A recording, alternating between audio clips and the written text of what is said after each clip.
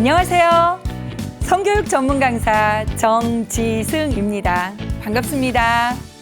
네, 노년의 썸 어디까지 허용인가요? 썸이란 말은 남녀가 이성 간에 서로를 알아가는 단계인데요.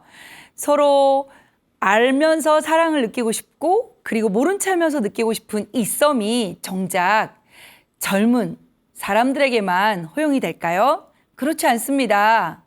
먹고 자고 싸고 인간의 성욕까지 하면 모두가 다 본능입니다. 결국은 모든 사람들에게 죽을 때까지 가질 수 있는 썸이라는 사랑이라는 감정 모두에게도 허용이 되는 겁니다. 그렇다면 오늘 저와 함께 노년의 사랑을 나누는 두 가지 사례로 얼마나 행복하고 즐겁게 살아야 되는지 함께 이야기 나눠보도록 하겠습니다. 첫 번째 사례입니다. 아빠는 지금도 사랑할 권리가 있단다. 성적 자기결정권이라고 헌법 10조에 보면 우리는 모두 자기 삶에 대한 사랑과 자유와 그 모든 걸 누릴 수 있는 권리를 갖고 있답니다. 그래서 첫 번째 사례, 아빠는 지금도 사랑할 권리가 있으니 노터치 해달라라는 말인 것 같습니다. 안녕하세요. 저는 경기도 광주에 살고 있으면서 행복하다면 아주 매우 행복한 노년을 보내고 있는 72살 김아무개라고 합니다. 공직 생활에서 퇴직을 하고 아내와 즐겁게 살자고 약속했는데 글쎄 아내가 심장마비로 갑자기 세상을 떠나게 되었습니다. 슬픔을 이겨내야만 살아가야 하는데 잘 이겨나지가 않았습니다. 매일 먼저 떠난 아내가 보고 싶고 생전에 사진을 만지작거리며 하루하루를 보내고 또 그 슬픔에 젖어 있었습니다. 이런 마음 우리 알고 계시죠? 하지만 겪어보지 못한 본인의 삶이 아니면 어떠한 위로도 위로가 되지 않더라고요. 저희 부모님을 봐도 엄마가 먼저 가시고 홀로 있는 아버지는 늘 외로웠지 다른 게 필요하지 않았다는 걸 뒤늦게 알게 되었습니다. 그러던 어느 날 시골 친구의 부고 소식을 듣고 상갓집에 가서 옛 친구들과 만나게 되었습니다. 그곳에 한 동네에 함께 놀고 추억이 많았던 옆집 살았던 영숙이도 만나게 되었습니다. 영숙이도 남편과 사별하고 아이들 다 키우고 난 뒤 홀로 살고 있는 상태였습니다. 처음엔 너무 오랜만에 만나서 아주 어색했지만 언제 그랬냐는 듯 누가 먼저라는 듯 아무런 꺼리낌 없이 친밀하게 서로 말들을 주고받으며 추억 얘기를 하다가 그 자리를 떠났습니다. 이틀이 지났을까요? 카톡이 하나 왔습니다. 오빠라고 하면서 그날 만났던 영숙이었습니다. 처음엔 의아하기도 했지만 너무 반갑고 다시 연락을 하면서 영숙이가 저에게 오빠라고 하며 다정하게 카톡을 보냈는데 69살인 영숙이는 오빠란 말을 아주 친근하게 잘했습니다. 아침이면 좋은 글도 보내주고 그리고 신나는 음악도 보내주더군요. 제 친구들이 제 아내의 소식을 말해주었다며 처음에는 자기도 남편을 보고 보내고 아주 많이 힘들었는데 지금은 시간이 약이라고 건강하게 잘 살다가 아쉬움 없이 있다가 세상을 먼저 떠난 그 사람을 만났을 때 웃음 섞인 그 행복감으로 만나야 된다라고 그렇게 톡을 주고받다가 어디서 사냐라는 질문에 우리는 서로 깜짝 놀래고 말았습니다. 상갓집에서는 다른 사람들도 있고 해서 어디 사는지 물어볼 겨를도 없었고 연락을 할 수가 없었는데 알고 봤더니 같은 아파트에 가까이 살고 있었습니다. 저희 아파트가 10단지까지라서 아주 크다 보니 서로 마주칠 일도 있었을 건데 나이 먹고 세월이 흘려 얼굴이 변해서 아마도 알아보지는 못했을 것입니다. 서로 같은 아파트 살고 있으니 차도 한 잔 마시자고 약속을 하더라고요.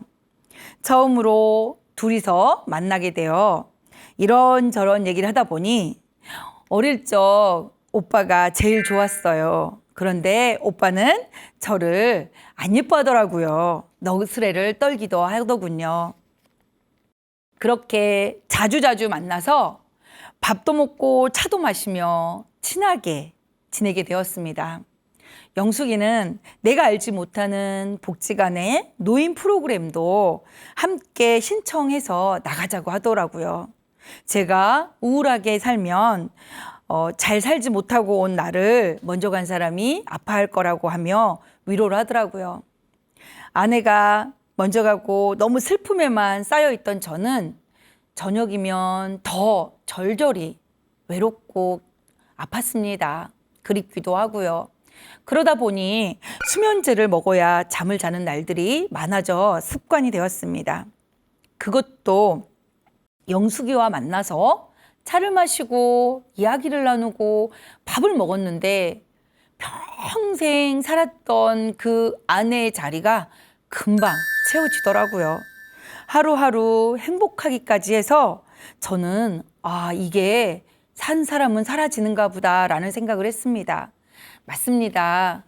제 친구 아버지는 너무 괴로워서 매일 산소에서 하루를 보냈다고 합니다.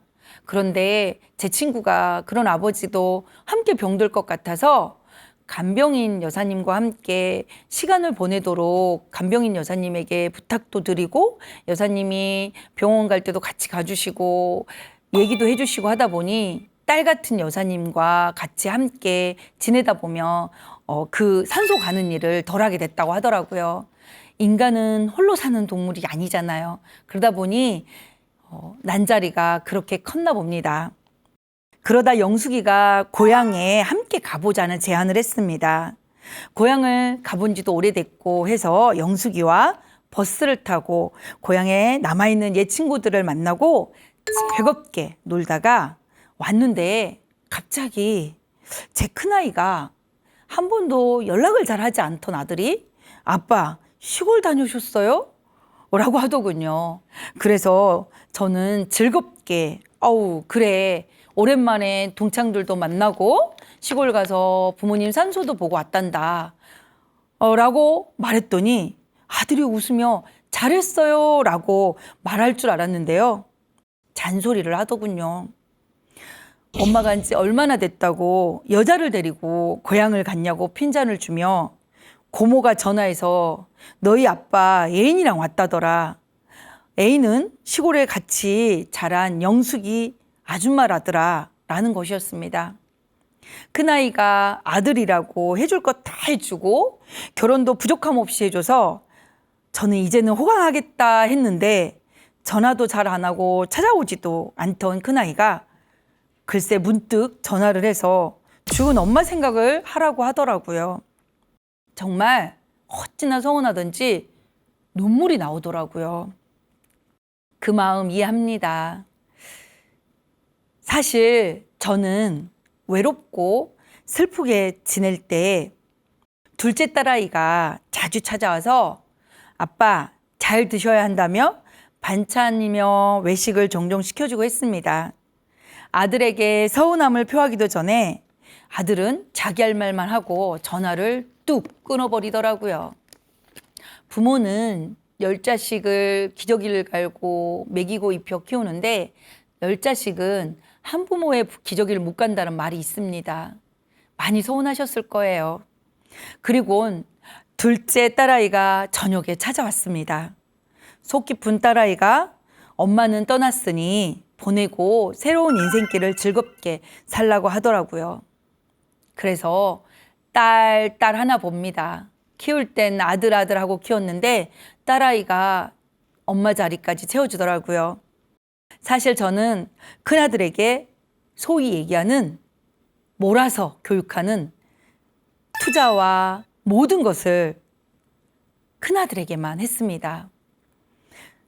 딸아이에게는 지방 국립대를 안 가면 대학도 못 갈 형편이라며 공부도 잘하고 똑똑한 딸아이를 외면했던 시간들이 있었습니다.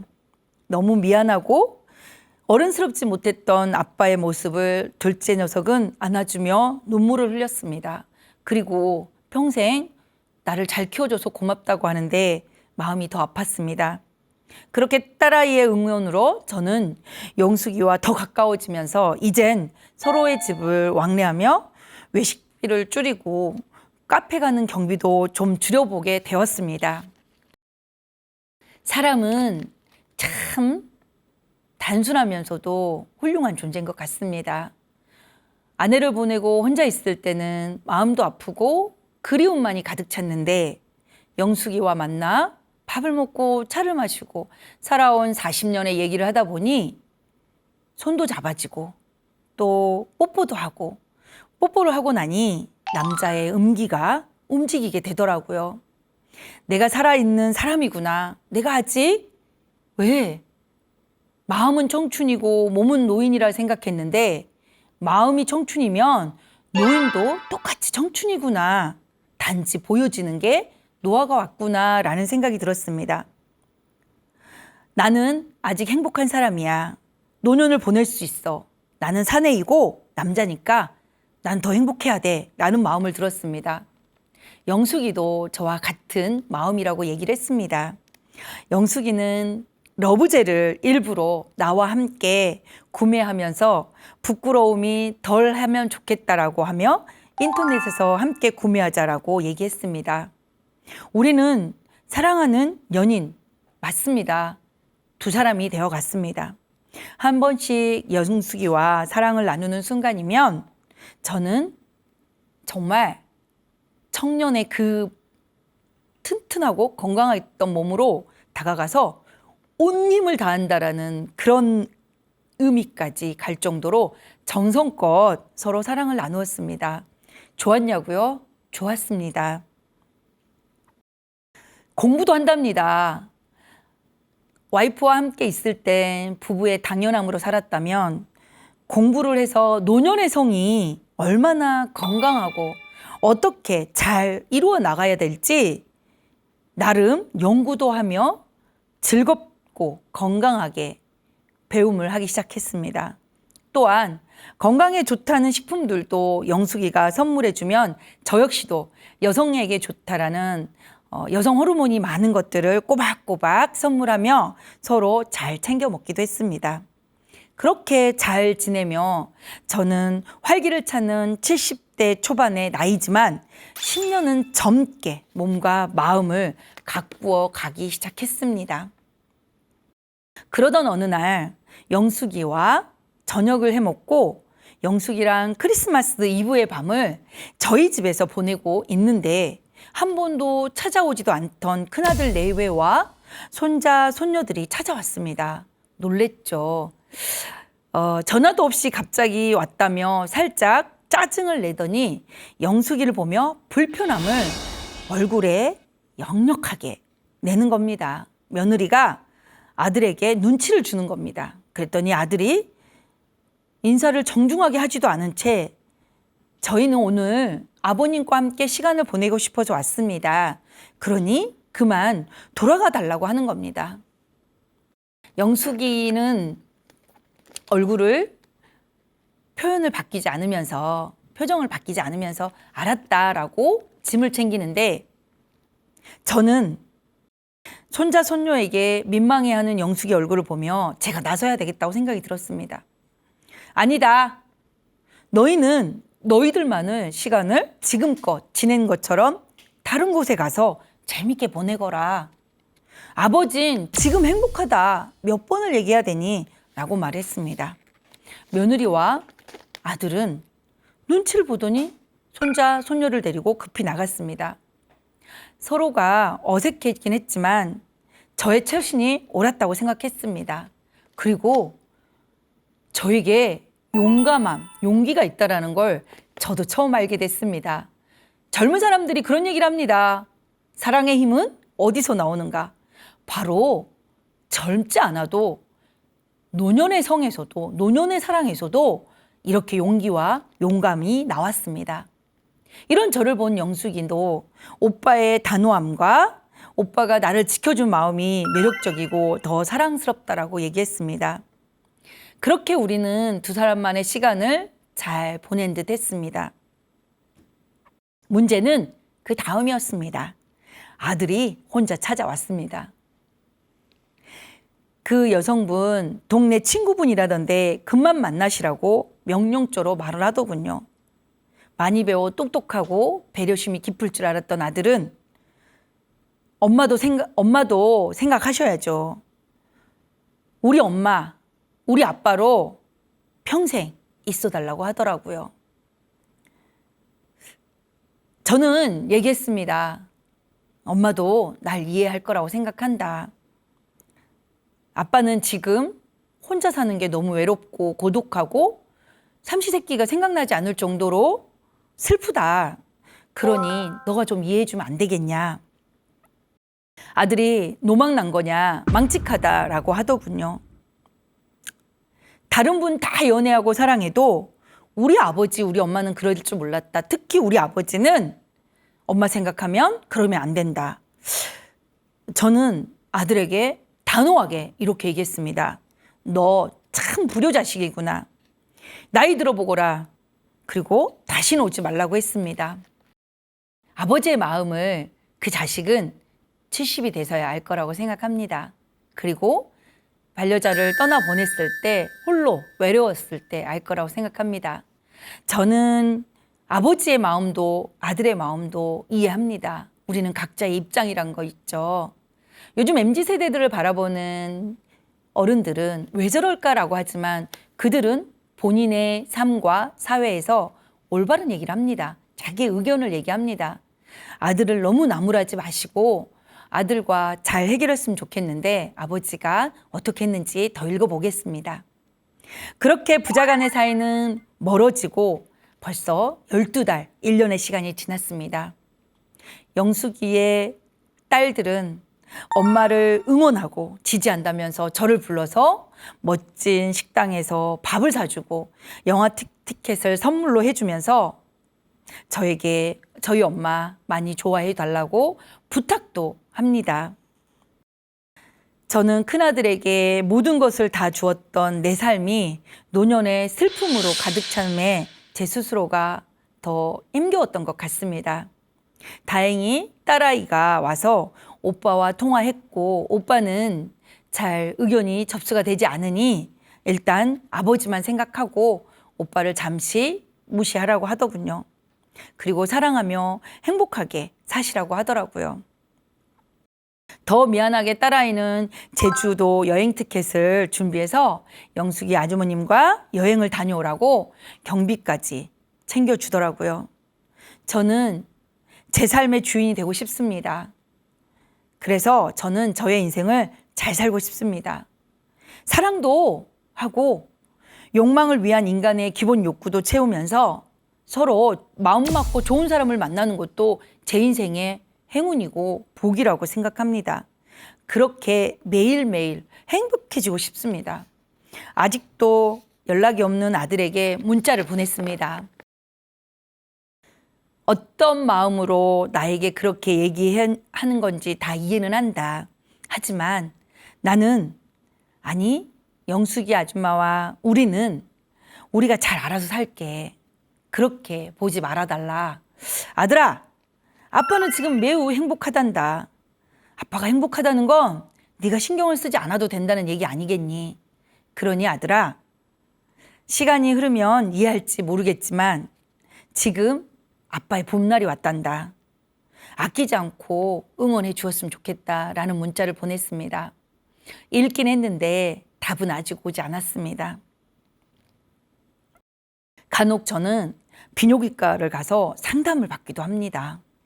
남성들이 마음은 건강하지만 그 마음에 비례해서 쇠약해지고 그리고 정력, 즉 남성 호르몬이 점점 줄어들면서 정력이라고 하는 것들이 점점 느려지는 건 있습니다. 그래서 비뇨기과에 가서 검진을 하고 거기에 맞는 약도 처방받아서 먹습니다.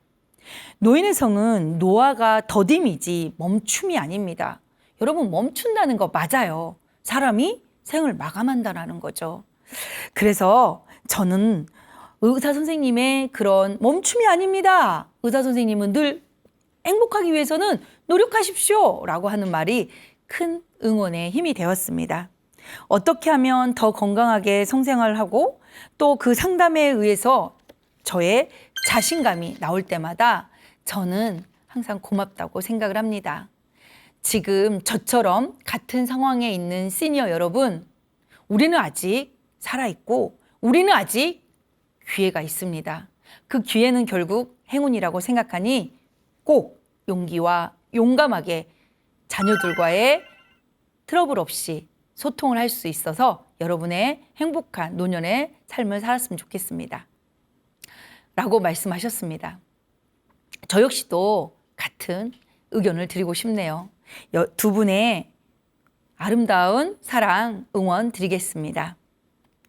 제가 노년의 성, 노인의 성 강의를 한 지가 오랜 시간이 지났는데요. 10년 전에, 그러니까 제가 한참 복지관 보건소로 노년의 성 강의를 아직 우리 대한민국의 어르신들이 받아들이지 못할 때 강의를 할 때가 있었습니다. 그때 노인의 성에 대한 출구 조사가 있었어요. 10대부터 60대까지의 출구를 그 지하철 앞에서 나오는 분들한테 10대인지를 물어보고 10대에게 물어보고 20대에게 물어봤을 때 이런 대답이 나왔습니다. 10대는 엥? 누가 사랑을 한다고요? 할머니가요? 이런 대답이었고요. 20대는 뭐가 되긴 해요? 오, 이런 반응이었고요. 30대는 망측해요 라고 했어요. 40대는 조금 놀래더라고요. 우와, 가능해요? 50대는 가장 인위적인 태도를 보였습니다. 내 부모만 안 하면 됩니다. 뭐 다른 부모 해도 됩니다. 그런데 60대가 그래요 라고 했던 출구조사가 있습니다. 2025년이니까 10년 전이면 지금 엄청난 시대 변화와 문화와 환경과 특히 AI라는 기술 모든 발달의 발전에 의해서 많은 의식들이 바뀌었을 거라고 생각합니다. 그러다 보니 방금 이 주인공의 따님처럼 그리고 영숙 아줌마의 딸님처럼 우리 엄마의 사랑을 응원한다. 그리고 먼저 가신 분도 그렇게 하실 거라고 모든 사람들이 응원을 하지 않을까 싶습니다. 두 번째 사례에 들어가겠습니다. 두 번째 사례는 외로움을 핑계로 선 넘은 복지관 인연입니다. 남편이 죽고 갑자기 예전 동네에서 살기가 힘들었던 67세 박할머니는 낯설지만 노년에 마지막으로 내가 보낼 동네를 알아보고 이사를 가기로 마음먹었습니다. 할머니는 이사를 결심하게 된 이유가 그 지역의 복지관, 즉 노인 종합복지관의 프로그램과 시설을 먼저 보게 되었습니다. 부동산 사장님 말씀대로 이 동네는 퇴직하고 그리고 점잖은 어르신들이 사시는 조용하고 교양 있는 동네입니다. 특히 복지관의 프로그램이 고급지고 새로운 과목들이 개설이 되면서 엄청 살기 좋은 곳이에요 라고 복지관을 홍보하시는 부동산 사장님의 자랑을 들었습니다. 그래서 저는 결정을 하게 됐죠.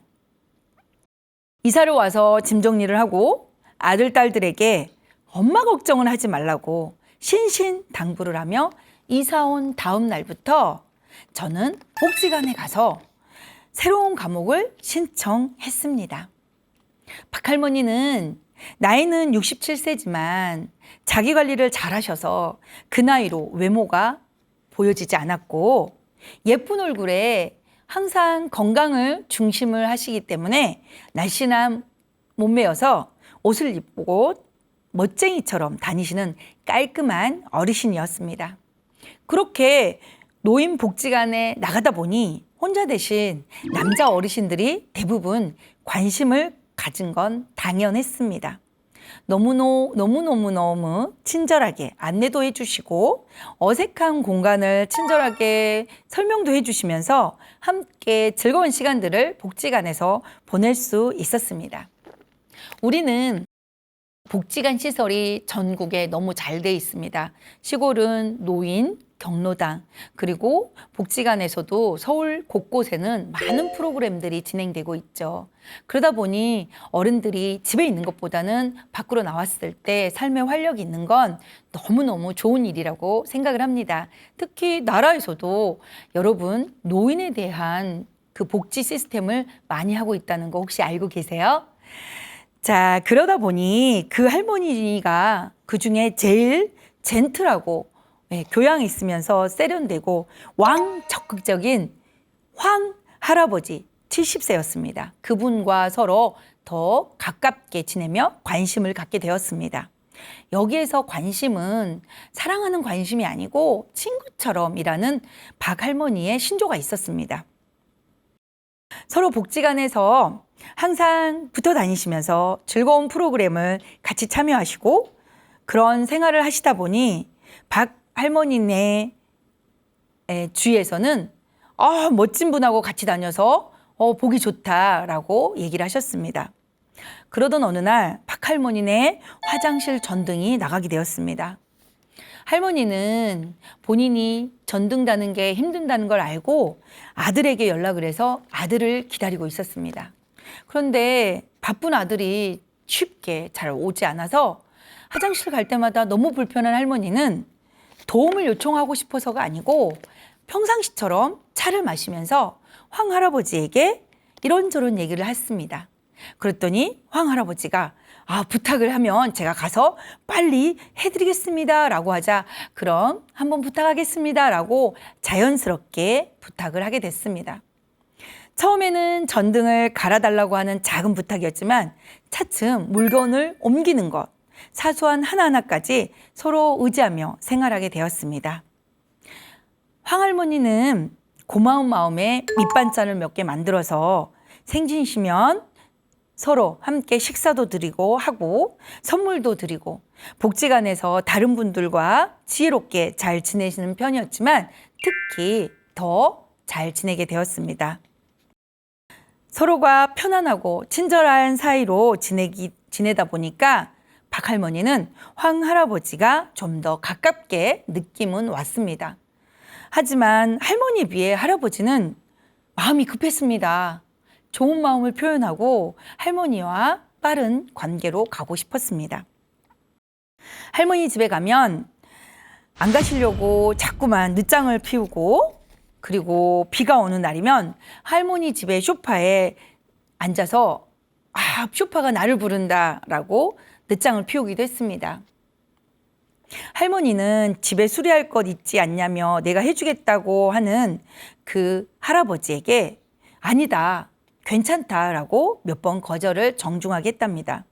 점점 할머니는 할아버지가 급속도로 다가오는 게 부담스러워서 정중하게 불편함을 말씀드리고 좋은 친구로 복지관에서만 보자고 하셨다고 합니다.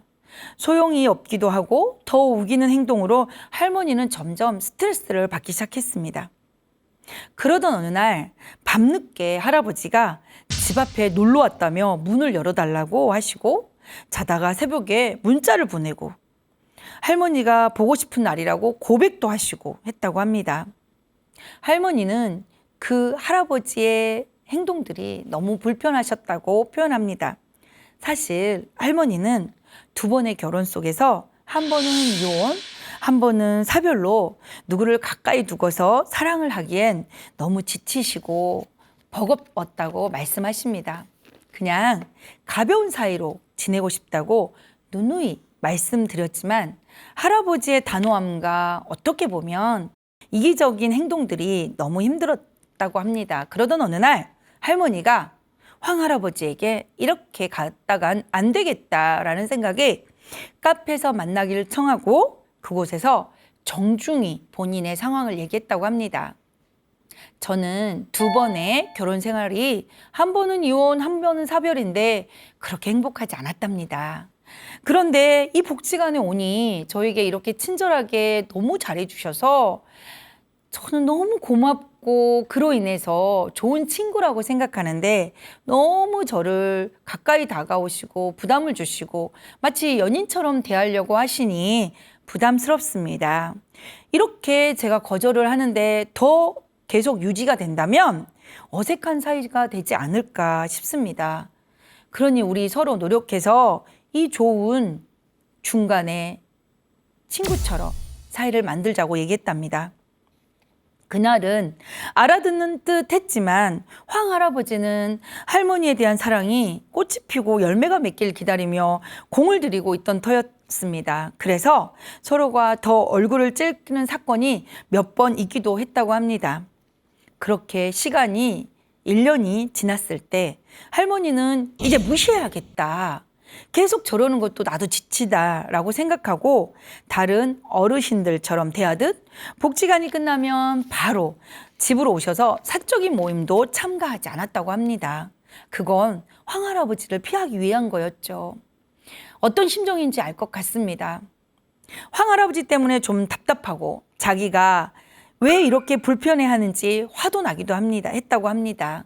할머니는 본인이 마지막 이 동네에서 살고자 고심하고 노력해서 이사 온 곳인데 이런 곳에서 이런 일이 일어나니 불편하기 짝이 없고 특히 황 할아버지는 다른 친구들이 옆에 있으면 더 짓궂게 구졌다고 합니다. 그럼에도 할아버지는 할머니의 말을 듣지 않고 아랑곳하지 않고 할머니 집 놀이터 앞에서 나오세요. 놀이터입니다. 나오세요. 집 앞 카페입니다. 오실 때까지 기다릴게요 하며 귀찮게 하시며 화까지 내기도 했답니다. 할머니는 그래도 처음에 나에게 친절을 베풀어 주었고 내가 이곳에 처음 왔을 때 웃음을 주었기 때문에 내가 잘 정리하면 되겠다. 선을 잘 그어야겠다라고 하면서 친절하게 대했다 합니다. 그럴수록 황 할아버지는 더 악착같이 집착하시고 집 앞에 찾아오시고 다른 어르신들에게는 나는 저 할머니하고 사귄다 소문도 내고 내 죽은 할망이랑 닮아서 나는 너무 좋다. 이거 사랑의 감정 아니냐라며 더 안 좋은 사이로 만들어갔다고 합니다. 할머니는 드디어 구설수에 올랐고 그게 너무 싫어서 매듭을 지어야 되겠다라고 생각하며 정말 마지막 한번 만나자고 약속 장소를 잡았습니다. 그랬더니 할아버지가 집에서 만나자. 내가 집으로 가겠다라고 하시던 것입니다. 점심시간이고 하니 점심이라도 대접해서 좋은 마무리를 하고 싶어서 그러면 국수를 준비하고 있으니 오셔서 점심 먹었으면 좋겠습니다 라고 했더니 글쎄 할아버지가 막걸리를 한 잔 턱 드시고 얼큰한 빨간 얼굴로 오셨다고 합니다. 할머니는 잘 마무리하고 싶어서 한 건데 할아버지가 그렇게 말은 그렇게 하시면서 행동을 그렇게 하지 않으니 좀 목소리를 높였다고 합니다. 그렇게 할머니가 화를 내니 할아버지가 강제로 뒤에서 안으려고 하고 뽀뽀를 하고 싶어서 힘을 가했다고 합니다. 할머니는 힘을 다해서 뿌리치고 결국 할아버지는 넘어져서 화를 내시며 욕을 하셨고 할아버지는 이런 행동이 싫어서 좋은 말로 가시라고 한 할머니를 사랑한다, 좋아한다 이런 말로 계속 관계를 맞다 보니 할머니의 이런 힘듦을 이해하지 못했던 것 같습니다. 젊은 사람들도 사랑을 하려면 서로 썸도 타고 그리고 뭘 해야 돼요? 마음 교환도 하고 시간도 필요하고 그 사람의 마음에 이해, 이 사람의 마음 이해 그래서 다름과 존중도 들어가야 하는데 무턱대고 이렇게 한 사람의 마음이 아니라고 표현을 했음에도 불구하고 강요가 들어갈 땐 우리는 범죄까지 저지를 수 있습니다. 결국 이런 상황이 되니 할머니는 아파트 경비에게 도움을 요청하고 경비 아저씨는 경찰을 불러서 도움을 요청했다고 합니다. 할머니는 조사를 하시면서 할아버지는 저에게 좋은 분이셨고 제가 이곳에 왔을 때 도움을 주셨던 분이기 때문에 성폭력 범죄자는 아닙니다. 결국 성폭력의 피해자 가해자가 나온 건 현실입니다. 하지만 경찰에게 정중하게 할아버지에게 합의를 하겠다라고 말씀하셨다고 합니다. 결국 서로가 좋은 마음으로 좋은 친구가 되어갔으면 시간이라는 그리고 경험이라는 살아온 연륜이라는 거에 의해서 좀 더 가까워질 수 있었고, 그 다음 단계는 남녀 사이는 아무도 모른다라는 말처럼 좋은 사이가 될 수도 있었을 건데, 할머니가 싫다고 하는 방법을 다른 방법으로 선을 넘고 그러다 보니 이런 아쉬움들이 성폭력이라는 범죄 사건이 되어버렸습니다. 대한민국의 현재 노인의 성폭력은 생각보다 많습니다. 그런데 노인의 성폭력의 가해자 피해자는 다 노인이라는 거 혹시 알고 계세요? 모르셨죠? 그리고 또 하나는 대도시만 일어날 것 같다라고 생각하는데 절대 그렇지 않습니다. 저 시골의 외딴 집, 저 섬마을의 외딴 집에서는 함께 아재아재하고 형수형수했던 사람들이 어느 날 노인의 성폭력의 가해자가 되고 피해자가 되는 경우들이 많았습니다. 저는 노년의 성폭력 예방교육, 노년의 인권 강의를 할 때 항상 얘기를 합니다. 내 마음이 너의 마음이 될 수 없고 너의 마음이 내 마음이 될 수 없다. 친한 사이라고 해서 그 친한 마음이 내가 갖고 있는 친근함이 그 사람이 갖고 있는 마음하고 동일하지 않다라고 얘기를 합니다. 그렇다면 노년의 성폭력 예방 어떻게 해야 될까요? 첫 번째는 의사표현을 잘해야 됩니다. 그러면 우리 박할머니는 의사표현을 못했을까요? 너무 잘하셨어요. 너무 잘하셨지만 그 의사표현을 처음에는 좋은 관계에서 가다 보니까 이게 한 사람에게는 그게 진심으로 받아들이지 않았던 거 아닌가. 아니면 그 일방적인 황할아버지의 마음이 자꾸만 범죄로 가게 되었다는 거죠. 두 번째는 음란하거나 야한 농담을 하면 안 됩니다. 분명한 의사표현을 했는데도 왜 성폭력에 노년에 이런 가해자 피해자가 나올까라고 봤더니 어르신들은 아무렇지 않게 음란이나 농담을 편하게 하시더라고요. 이거는 많이 배우고 못 배우고가 중요한 게 아니고요. 상대방에 대한 배려를 안 하는 거예요. 음란하고 야한 농담은 친구끼리도 되도록이면 안 하는 게 좋겠습니다. 그리고 평상시에 분별력의 훈련이 필요하단 말을 제가 하는데요. 내가 이 사람과 친구로 지내자라고 마음을 먹었으면 그 사람이 나에게 어떤 말을 하든 어떤 행동을 하든 나는 그 선을 지킴이가 돼야 해요. 그 선을 넘었을 때 단호하게 황 영감님 지금 저한테 하신 말 아주 불쾌합니다. 저는 사별한 내 남편의 마지막 사랑입니다. 저는 친구들을 좋아합니다. 라고 한 번쯤 해도 좋지 않았을까라는 생각이 듭니다. 여러 가지 방법이 있음에도 불구하고 성폭력의 피해자는 잘못이 하나도 없습니다. 모든 것이 다 가해자의 잘못임을. 또 하나는 성폭력은 이 가해자는 처벌을 받게 되어 있습니다. 박할머니가 아주 따뜻한 분이시고 황할아버지와의 좋은 그런 시간들을 갖고 있었기 때문에 합의를 한 거지, 합의가 되지 않았을 땐 법정으로 충분히 갈 수 있는 문제라는 걸 한 번 더 말씀드리고 싶습니다. 또 하나는 성폭력의 대처 방법입니다. 불쾌하면 단호하게 거부 인사를 해야, 의사표현을 하셔야 되고요. 상대방의 말과 행동은 시간, 장소, 즉시 기록하셔야 됩니다. 시간과 장소, 행동을 기록하지 않는다면 주위 분들과 함께 이거를 얘기하셔서 다시는 그분이 이곳에서 그런 얘기를 하지 않도록 해야 됩니다. 세 번째는 증거 확보 전문가 상담인데요. 만약에 내가 새로운 친구를 만났는데 이 친구가 나한테 가스라이팅을 하거나 성폭력의 기질이 보인다면 상담가를 노인복지관에 가면 복지사님이나 팀장님들이 계셔서 상담을 하셔서 단호하게 끊으셔도 됩니다. 마지막으로 예방, 대처 방법을 숙지하셔야 됩니다. 위에 했던 성폭력 예방 방법과 대처 방법은 내가 해서 나를 지키셔야 됩니다. 두 번째는 주위 사람들에게 나는 저 사람에게 관심이 없다라고 입으로 얘기를 하셔야 됩니다.